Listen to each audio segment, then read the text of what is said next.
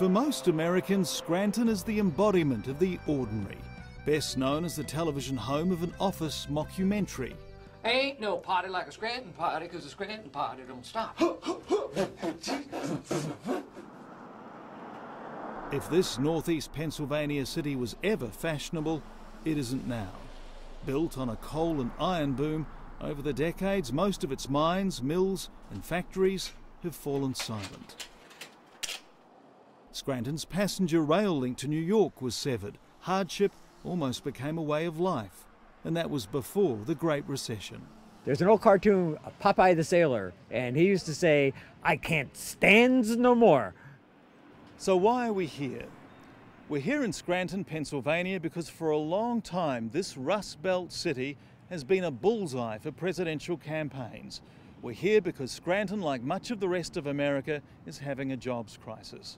We're here because in 2008, Scranton's mostly white, heavily Catholic population turned out big for Barack Obama. And a year out from the next election, the president's in trouble in this state. To hang on, he will need the people of Scranton again. Most of us think it's going to be very close. The president could lose. 4 years ago, we didn't know what he was going to do, but we were hoping he was going to do great things. 4 years later, it's been a struggle. Meet 63-year-old Steve Simcoe, the organiser of Scranton's own Occupy Wall Street protest. He's unemployed and with a sick mother to nurse, faces big health care costs. Whether or not I will vote for him again depends on who he's running against, because you must pick the best person for the job when it comes election time. He doesn't blame the president for all the country's woes, but isn't convinced he's fought hard enough for the vulnerable. He isn't alone. He lost his balls. He's more worried about being reelected than actually doing anything to help anybody at this point. The guy was a great speaker. The guy seemed to promise too much. Professor Terry Madonna is a political scientist, commentator and pollster. In his latest survey, he found 52% of Pennsylvania voters think it's time for a change at the White House. If there's softness in support for President Obama in Scranton, that means he is in serious trouble in this state. Like other commentators, Terry Madonna believes the president's re-election chances hinge on getting better economic data.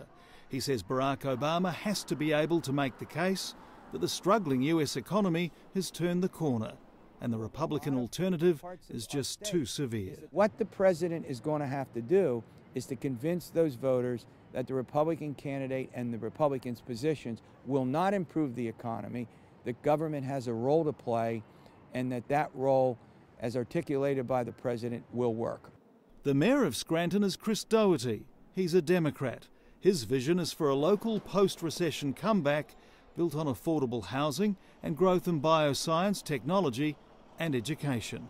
And it's on the area's college campuses, there are 7 of them, where he sees the most worrying change for the Obama campaign in 2012. I think there'll be a big difference. I don't think you'll see the enthusiasm at all. We have an Orthodox Jewish grade school near the University of Scranton. Any typical election, maybe 200 people at the most would vote there. In 2008, 1,200 people voted there. I don't think you're going to see that this time. Brian Jones is a former US Marine and registered independent. He's already decided that it's time to give someone else a go. A lot of us are disappointed. I voted for him also, but very disappointed. That doesn't seem to be, if I were to write a book about it, I would title it The Hollow Leader. The man flipping his burger is Bill Brady. His father worked here before him. He's a dyed-in-the-wool Democrat and isn't about to give up on Barack Obama. I think it's touch and go. You got some people that feel the same way I do, and then you got other people that feel maybe he put us a little bit more over the edge. But you know, you walk into an economy that's already ripped apart. What are you going to do? You know what I mean? Tim and Kathleen Bennett like Barack Obama almost as much as they enjoy the music of Glenn Miller. They've even met the president when he was in Scranton campaigning last time. And I was just telling him, oh, I have no makeup on or anything, and he said, well, who's going to see you? And I said, how about Barack Obama? And we turn around and there's the president. The uneaten food on the president's plate was saved. Another customer put it up for auction on the web. candidate Obama left an impression here, and even if he isn't as popular in 2012, the Bennetts say it won't matter. I think he's okay, because the Republican Party, I don't know, I think they're all wackadoodles. I am sorry that they, you know, I don't think he has any competition. The city's top Democrat isn't nearly so sure. I think Romney's viewed as a very serious candidate. He was a governor. He's run for president before. He ran the Olympics, so he ran a major corporation. He looks stable and strong, and he acts like a leader. Republicans haven't made their pick yet. The election is still a year away. But the president's job approval rating is about 6 points lower here than it is nationally, and most pundits regard Pennsylvania as a must-win state. If he wins, he'll win in a squeaker, and if he wins, he'll make history. And for that to happen, he needs Scranton, Pennsylvania's electric city, to power up for him again. Craig McMurtry, Lateline.